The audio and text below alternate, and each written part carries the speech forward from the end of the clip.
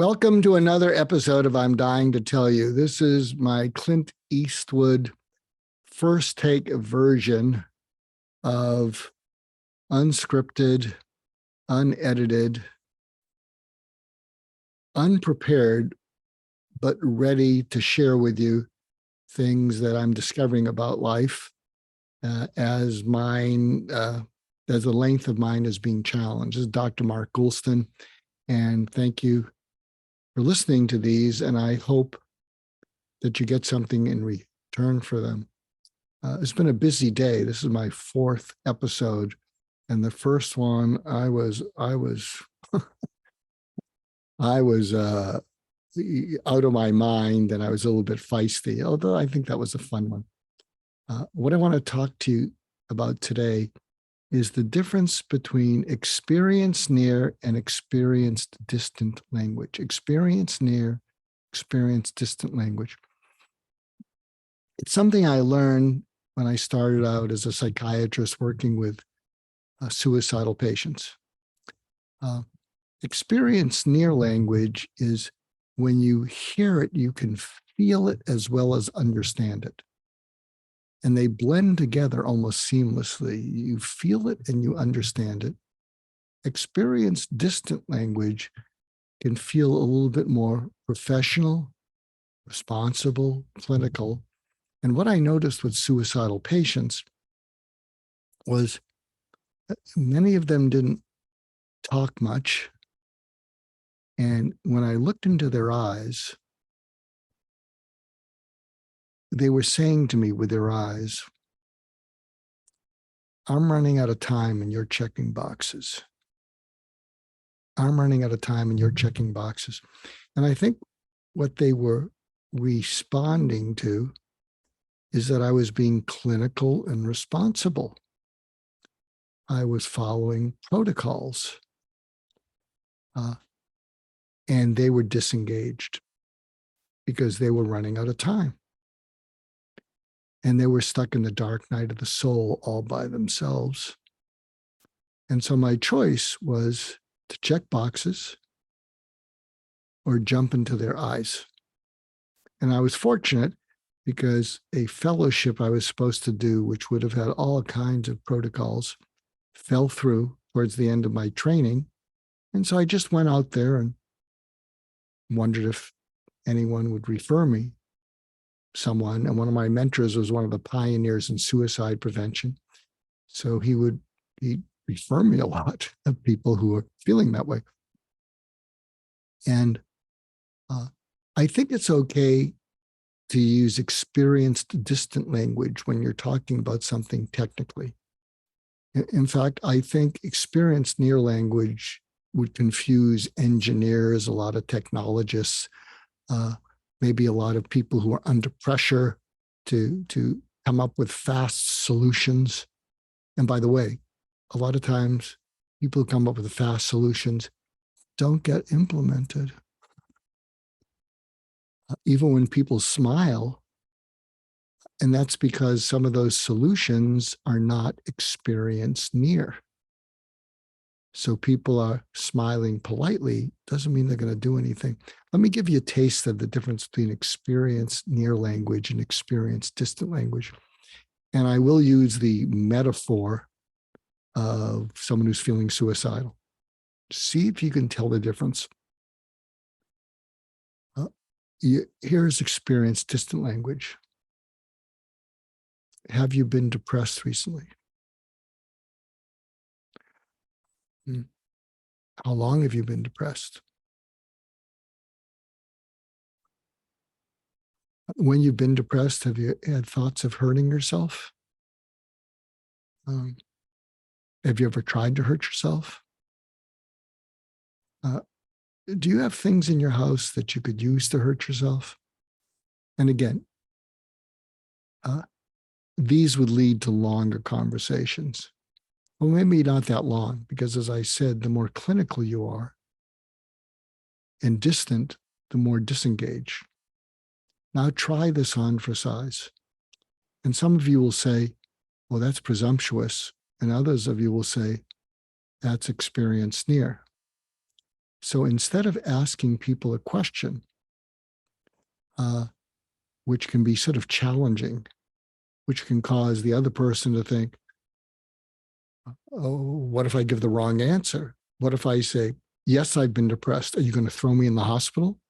Are you going to call someone to take me away? So even though you're doing something responsible, it can trigger anxiety in the other person, in this case, someone who's feeling suicidal and doesn't want to go in the hospital. Experience near language would be, you look at the person and you say, you look like you've been depressed recently. Is that true?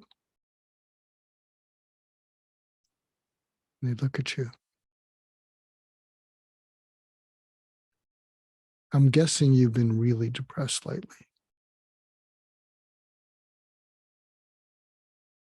And even at times so depressed, you didn't feel like you could take it any longer. Uh, is any of that true?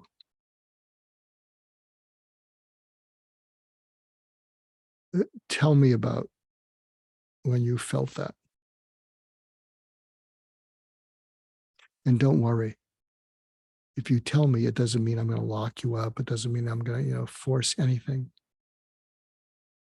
I'm just going to get to know you when it hurts the most, to see if we can maybe lessen that hurt a little bit. So can you sense the difference between experience near and experience distant language? Now you might be thinking, well, that's very interesting. And, you're a psychiatrist and you're dealing with those people. How does that apply to us? Too often people are transactional in every part of their life.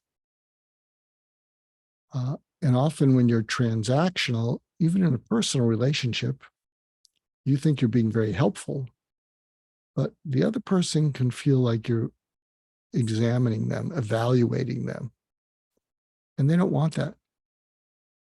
And so I think you can apply experience near language almost anywhere in your life.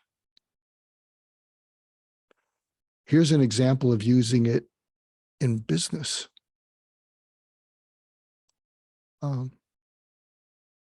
You're there with a potential client, and you can ask them all the different questions. Personally, if I hear the question, what keeps you up at night, one more time, I'm going to jump off a bridge. But you could speak to someone, a potential client, and say, I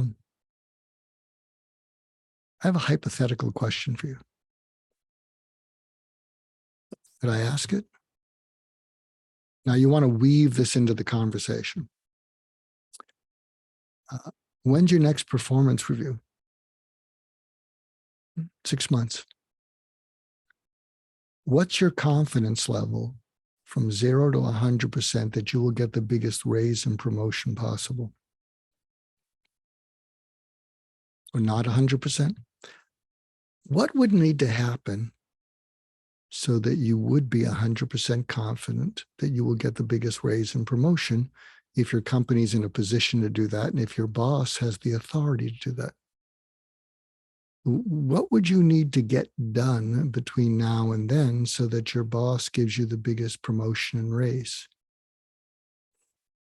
And by the way, if you go down this path with a potential client, you don't do a bait and switch.